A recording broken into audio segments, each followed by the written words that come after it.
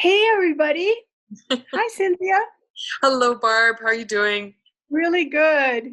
Good. So this is fun. So we're meeting again to talk about the Mystery Knit Along. Tonight's the first night that we're going to get going on this and share the pattern with everybody, right? That's right. Yeah. So it's the official day to cast on and do our mystery knit along, where you're either working on a scarf or a wrap, and actually, Barb, you've leaked the details to me so that I could do some test knitting. So I do have my scarf partway through the second pattern in the project. So let's talk about the patterns. What was your what was your inspiration for coming up with these patterns, Barb? Well, I think the inspiration was all around, the situation that we find ourselves in, right? This COVID-19 thing it's just been dominating the airwaves on TV, and I just wanted to create a distraction so that we could think about something else, something where we needed to spend some time and focus on a pattern. So I got out my stitch dictionary and just kind of came up with a few fun stitch patterns that we could start to work on together. And it was great fun. I had a lot of uh, a, a great time sort of figuring out how you would put a stitch pattern into either a scarf or a wrap. That's right. There was just a little bit of math that had to occur to make it all work out in the number of stitches that you had assigned for each of the projects. Isn't that right? That's right. Yeah. And so, yeah, it took a little bit of figuring out, a little bit of knitting, a little bit of math, but we've come up with it. Hopefully, it's all right. Forgive me if there are any errors in the pattern. If there are, let me know and I'll fix that and we'll get it resubmitted to everybody. But did my best to come up with hopefully an error-free pattern. So far so good. We'll keep knitting a week in advance of everybody else, and that way we can kind of test it out as we go along. Yeah. So show us what you've got so far, Cynthia. Great. All right. So I'm using Epic. I've been dying to try the new camel color, and so, Yes. How so does that look?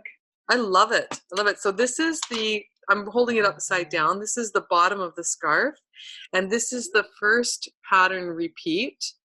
What's this one called, Barb? Right. I called this one Tired Tracks. I think it was it Tired Tracks? Yeah, Tired Treads, because that's kind of what it looked like, tired treads in the snow. But yeah, there you go. So it's got a garter stitch start to it, and then you garter stitch along the edges. And I love that because it helps the piece lie flat, and it's very easy to do. All right, so I'm gonna talk about that again, just so that everyone can see the image as we talk about it. So yeah, there's the garter stitch border here and the border at the top, and then you've got those tired tread lines coming through with the knit stitch. And then we get to a division border, and here is pattern number 2. What's this one called, Barb? This one's called the mini weave stitch. So this one is just kind of looks like weaving, and it too has the garter stitch border. Do you want to show us that one? Yeah, I have to talk when I show it so that it shows up on the screen. So here is here's this one. I'm just going to hold it to the light so you can see the image nicely. So of course I haven't finished this one yet. I'm still working on it, and I really like the way the pattern shows up. Took me a little bit of time to sort of figure out when I was doing row 1 or when I was doing row 3. So now I've got to the point where I can look at the pattern down below and I can tell which row I'm on. The back side is also quite nice on this one. So even though it doesn't have the visible pattern that you have on the other side, I really like the way this looks. So it's a really nice one to be a reversible pattern repeat. I was also going to say too that later on when we talk about blocking, the tire tread pattern, of course, because it's a bit of a rib stitch, is wants to pull in a little bit. So when this is blocked, it will make it'll have the same dimensions all the way throughout. My stitches, my knit stitches, will look a little bit better after this has been blocked as well. That's right. Here's, I don't know if you can see this too, Cynthia, but here it is here in a really small sample with the next pattern on top of it. And this one was blocked. Right, right. And that one just doesn't have the border on it. Right. Yeah. That's right. But blocking it really helped to even out the edges along the side, I found, because different stitch patterns do go in and go out. And so this was a nice way to even out those edges.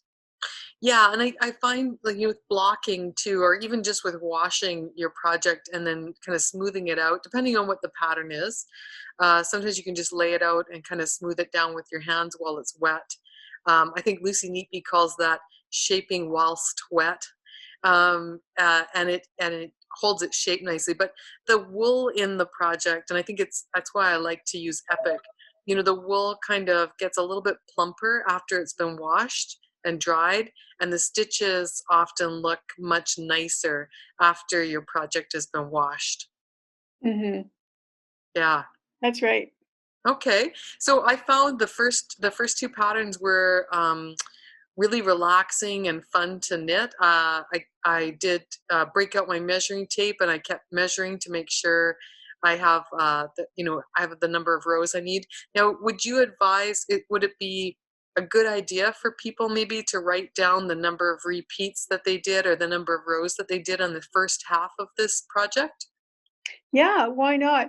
I mean, it after all, it doesn't really matter, right? If you want to make your piece so many inches, that's great.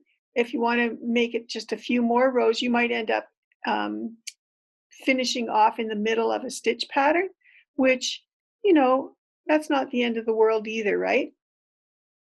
Right.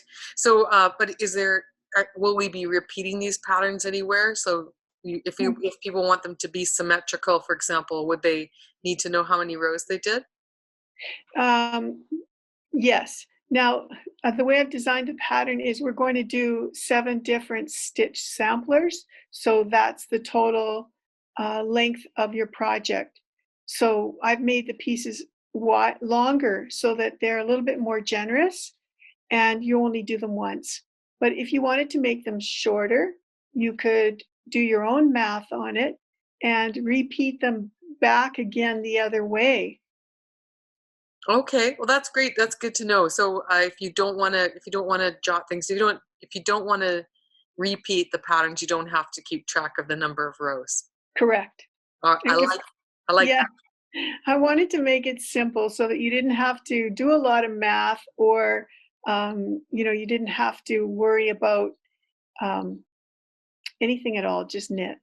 Okay, that's great. All right, so we'll get started this evening, and the patterns will be released. They'll be on our website under our patterns link.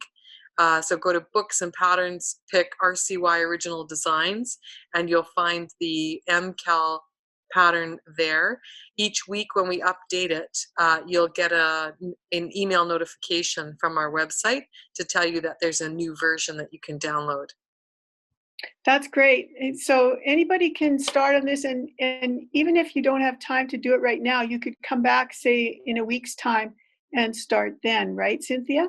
Absolutely. There's no time frames on this, right? You start on the 15th and work along with the group, or start on the 22nd, or start in in May if you wanted to. Yeah. Mhm. Yeah. Okay.